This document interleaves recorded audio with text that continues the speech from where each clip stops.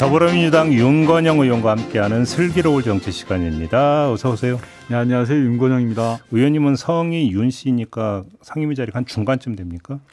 저는 외교통일위원회라 조금 뒤쪽입니다. 아, 그래요? 예. 외교통일위원회 특성이 있나요? 아닙니다. 본회의장에서는 뒤쪽이고 상임위장에서는 중간 한 3분의 2 정도. 그러니까 네. 맨 끝자리는 아니시죠? 네네. 별로 서럽지는 않으시죠? 그냥 넘어가겠습니다. 네. 노태우 씨에 대해서 국가장을 치르기로 결정을 했는데 의원님 생각은 어떠세요? 저는 잘못을 뉘우치는 것은 용기라고 생각합니다. 다만 생전에 광주항쟁 희생자분들에 대해서 직접 사과를 하셨더라면 하는 건 아쉬움은 있습니다. 그렇죠. 다만 이제 본인의 과오에 대해서 허심탄회하게 이야기하는 것은 전두환 씨하고는 좀 다른 점이라고 생각하고요. 국가장에 대해서 저 개인적으로 생각은 다릅니다만 정부는 뭐 국민 통합이라든지 북방 정책에 대한 평가 등을 종합적으로 고려한 것 같고 장례는 국가장으로 하고 묘지는 국립묘지가 아닌 파주로 선택한 건 일종의 절충안 아닌가라는 그런 생각도 합니다. 뭐 개인적인 생각과는 좀 다르다고 말씀하신 거는 국가장에 꼭 개인적으로 동의하지 않는다 이런 말씀으로 들리네요. 개인적 동의하지도 않고 저는 개인적인 생각으로는 가족들이 가족장을 좀 강하게 했으면 하는 그런 좀 아쉬움은 있어요. 근데 뭐 성명이 뭐 국법에 따라 이렇게 뭐 성명에 들어가 있더라고 유족의 성명에. 네. 근데 그러면 지금 광주시 이런 곳에서는 이제 조기 개항하지 않는다라고 밝혔잖아요. 네. 이런 어떤 그 결정을 어떻게 평가를 하세요? 군사 쿠데타와 그로 인해서 피해를 입은 수많은 분들이 있지 않았습니까? 그분들에 대한 뭐 상처와 그분들이 가진 마음 저는 뭐 그것으로 존중돼야 된다고 생각합니다. 광주시의 결정도 그 자체로. 알겠습니다. 자, 문재인 대통령과 이재명 후보가 이제 만났습니다. 어떻게 지켜보셨어요? 전 전례적인 만남이고요. 이게 뭐 너무 과도하거나 지나친 정치 해석을 하실 필요는 없다라는 생각을 드는데 한 가지 꼭 말씀드리고 싶은 건 야당의 모습인데요. 일종 막말 대잔치를 하시더라고요. 그러니까 자기들이 여당일 때 김영삼 대통령 때나 이명박 대통령 때는 다 하셨거든요.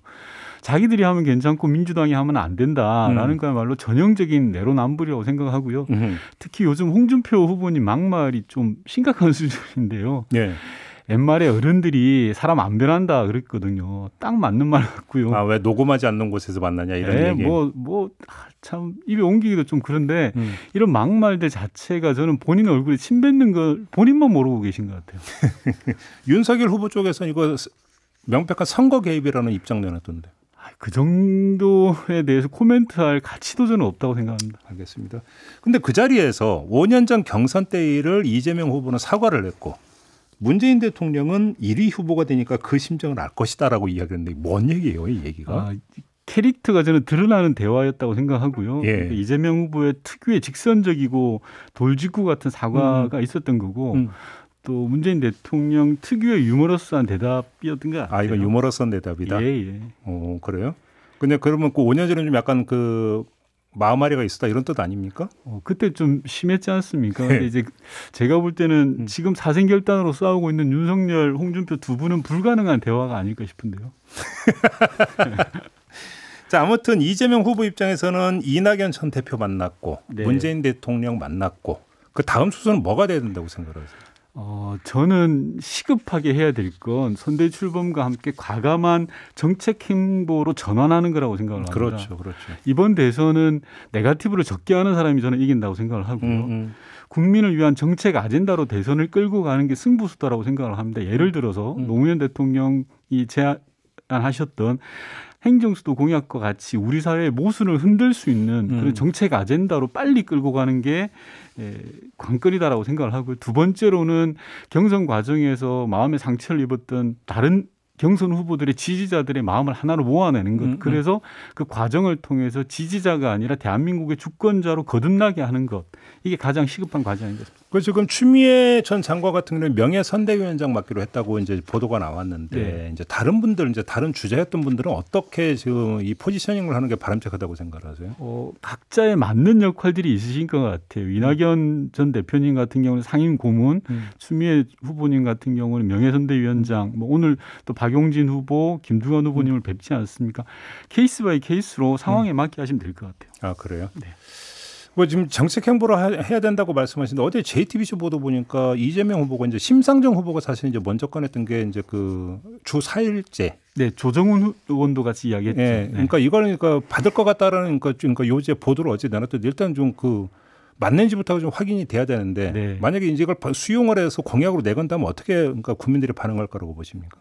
저는 그러한 내용이 대선 공간에서 공론의 장에 올려진다는 것 자체가 의미가 있다고 생각합니다. 말씀하신 것처럼 이재명 후보가 공약화할 거냐의 문제가 지금 아직 확인되지 않은 거라 좀 섣부른 감은 있습니다만 그러한 사회적 담론들을 끄집어내고 정책 아젠다로 끌고 가는 것 자체는 네. 대단히 의미 있는 부분이라고 생각하고 하루빨리 그렇게 가는 후보가 승리한다라는 말씀을 다시 드리고 싶습니다. 이건 꼭 이재명 후보만 아니라 그 여야 후보가 통틀어서 정책 행보가 거의 없기 때문에 맞습니다. 이번 대선은 특히 유독 심한 것 같아요. 네. 좀 경선이 좀 끝나고 이제 본선이 시작이 되면 이쪽으로 좀 이제 집중을 했으면 좋겠다라고 하는 개인적 소망이 좀 있습니다. 맞습니다. 뭐 국민들이 그래서 이제 차기 정부가 이제 들어서면 우리 삶이 이렇게 바뀌겠구나라는 뭐 그림을 그릴 수 있을 그렇죠. 겁니까? 지금 국민의힘보다 경선이 저희 민주당이 한 달 정도 빨랐지 않습니까? 예. 그 시간 엄청난 기회 요인이라고 보고요. 질풍노도와 같이 몽골 기병처럼 치고 나가야 된다. 정책 행보로. 몽골 기병이란 비유가 다시 나오는군요.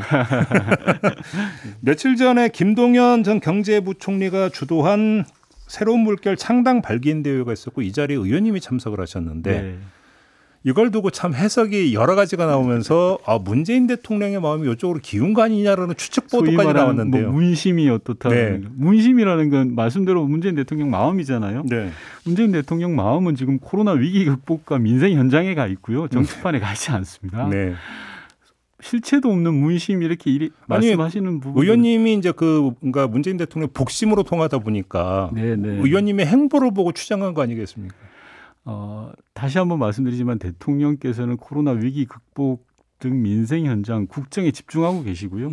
개인적으로 참석한 행사를 놓고 실체도 없는 문심 이렇게 하시는 것은 뭐 소위 말하는 공상과학 소설을 너무 많이 보신 거다라는 생각이 들고요. SF 수준입니까? 예, 김동연 부총리는 제가 청와대 국정상황실장을 할 때 경제부총리를 하신 분이고 옛 동료가 새로운 출발을 하신다고 하니 갔던 거고요. 그날 현장에 다른 당 대표님들까지도 많이 오셨기 때문에 무리한 의미 부여하는 것 자체가 저한테는 좀 민망한 일인 것 같습니다. 그래요? 네. 그냥 말 그대로 개인적 인연 때문에 참석을 한 거다? 네. 근데 그러면 뭐 이제 참석 배경 의미 이런 걸 떠나서 김동연 경제부총리가 이후 정치 행보를 좀 이렇게 했으면 좋겠다라고 만약에 조언을 주신다면? 민주당 입장에서는 민주당과 같이 가는 게 제일 베스트입니다. 근데 지금 민주당 국민의힘 다 통틀어서 그러니까 정치를 교체해야 된다고 김동연 부총리는 주장을 하던데요. 그러한 내용에 대해서는 여러 가지 생각할 부분은 있고요. 근데 저는 대선이라는 게 최선을 뽑는 자리라기보다는 차선 그리고 우리가 선택할 수 있는 최선의 카드를 뽑는 거라고 생각을 합니다. 네. 그러면 김동연 전 경제부총리가 이제 정치 행보를 시작하는 후에 좀 개인적으로 대화는 좀 나눠보셨어요? 길게 나누지는 못했습니다. 근데 그분은 지금 이번 대선만을 바라보는 것 같지는 않던데요. 뭐 정치라는 게 올인하는 건 없지 않겠습니까? 길게 보고 하시는 게 맞죠. 그래요. 네. 알겠습니다. 오늘 아침 한국일보 단독 기사인데요. 문재인 대통령이 차별금지법에 대해서 검토할 단계라고 말했다. 저도 기사만 봤는데 청와대 공식 입장이라기보다는 뭐 카드라라고 하는 소식통발로 나왔더라고요. 아직은 사실 확인이 필요하다. 그러면 문재인 대통령이 이렇게 말을 했는지 안 했는지를 떠나서 지금 정의당 같은 경우는 차별금지법 제정을 계속 주장을 해왔는데 뭐 사실 민주당 뜨뜻미지근했고 오히려 계속 눈치 보지 않았습니까? 까놓고 이야기해서. 이건 좀 문제가 있는 태도 아닌가요? 당 입장에서? 국회의원들의 상황들이 차별금지법에 대해서 적극적으로 찬성하시는 분도 있고 아직은 여러 가지 좀 제도적 보완이 필요하다라고 보시는 분들이 있어서 중요한 거 저는 공론의 장에 올려서 충분한 토론은 필요하다고 생각합니다. 그래요? 네. 이것이 그 당론을 모으는 게 좀 대선을 앞두고 예를 들어서 뭐 기독교 표라든지 이런 것들을 의식하고 있는 겁니까? 당연히 표를 의식 안 하는 정당이 있겠습니까? 그래? 수권을 책임지려고 하는 정당으로서는 당연히 의식하는 거고요. 다만 또 시대가 나아가야 될 가치와 명분을 또 종합적으로 고려해서 판단하지 않을까 싶은데요. 근데 그러면 뭐 대선이 끝나기 전에 공론이 펼쳐질 것 같지도 않고 결정도 안 되겠네요. 그럼 표를 의식하면.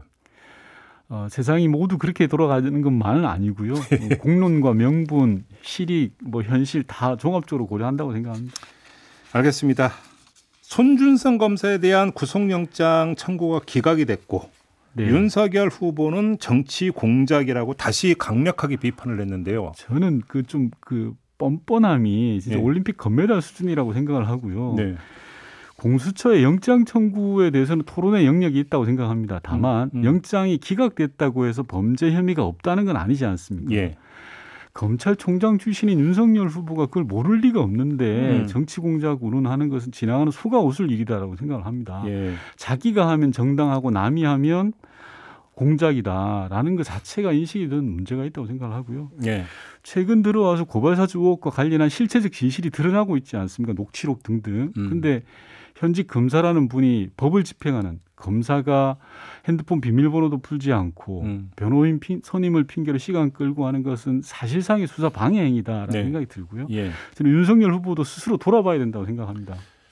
아까 그 JB타임즈에서 전해드렸는데 월성원전 1호기 그 감사원 감사 결과가 나왔고 대전지검에 배당이 됐고 그 직전에 국민의힘이 고발장 대전지검에 접수해 그때 네, 일련의 네. 어떤 그 건에 대해서 제2의 고발사주 맞습니다. 이번 사건 아니냐는 의혹이 나오는데 어떻게 보세요? 국정감사에서 문제제기가 됐고요. 네. 그럴 개연성이 전 충분히 있다고 생각을 합니다. 지금의 고발사주 의혹 사건의 실체적 진실이 드러나는 걸 보면 네. 검찰과 야당의 부적절한 야합이 드러나고 있는 거지 않습니까? 네. 전 충분히 개연성이 있다고 보고 있습니다. 그러면 이른바 속칭 짜고 쳤다라는 이야기인데 그럼 짜고 치는 주체 중에 하나가 감사원이라는 이야기가 되는 게 아니겠습니까? 아니죠. 감사원에 지금 뭐 너무나 잘 아시겠지만 그 시절에 감사원장이 최재형 원장이시고 예.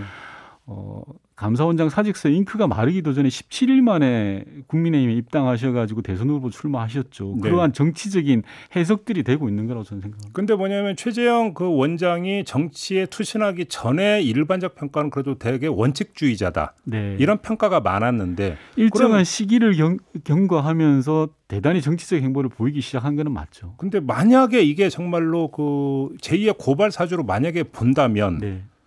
최재형 원장도 이걸 알고 있었거나 지시했다 지금 이렇게 보시는 겁니까? 그런 의혹들이 나오고 있는 건데요. 이제 그런 부분들은 뭐 하나하나 따져봐야 될 문제라고 저는 생각합니다. 그래요? 네. 그래서 한 가지만 더 말씀드리고 싶은 건 최근에 국민의힘의 모습들 보면요. 저는 아까 말씀드린 뻔뻔함이 정말 도가 지나치다고 생각하는데 예를 들어서 또 어떤 게 있는데? 곽상도 의원 50억 같은 경우에는 예. 말 그대로 실체적 진실이 언론 보도가 되고 있는 거지 않습니까? 예를 들어서 민주당 의원 아들이 50억을 받았다 그러면 이렇게 조용하겠습니까? 국민의힘 지도부 중에 50억에 대한 실체적 진실에 대해서 그 어떤 누구도 진실한 사과나 반성조차 없거든요. 마치 영화 내부자들을 보는 것 같습니다. 국민들을 얼마나 무시하면 이럴까라는 생각이 들고요.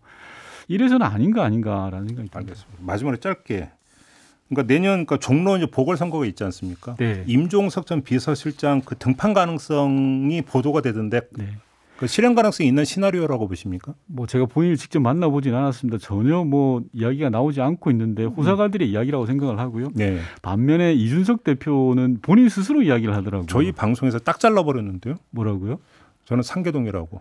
근데 지금 언론 보도에 보면 노원구. 네, 뭐 저는 노원구가 맞다고 생각합니다. 말은 민주당 핑계를 대지만 종로에 나갈 수도 있다. 그리고 또 뭐 전략적 모호성을 열어놓겠다라고 이야기하는데 그건 정치 하수 중에 하수입니다. 출마하는 사람이 자기 입으로 자기가 출마한다라는 것은 진짜 하수고 당 대표가 대선이라는 중차대한 일을 앞에 놓고 자기 출마 문제를 언급하는 것은 제사보다는 제밥에 관심 두는 거거든요. 그렇게 보시는 거군요. 예. 아무튼 저희 인터뷰에서는 딱 잘라가지고 예. 그러니까 지금 노원구에 드린 공이 얼만데 이런 취지의 발언을 한 바가 있었습니다. 근데 뭐 지금 보면 계속 연일 종로 이야기가 나와서 그냥 연기만 피우는 겁니다.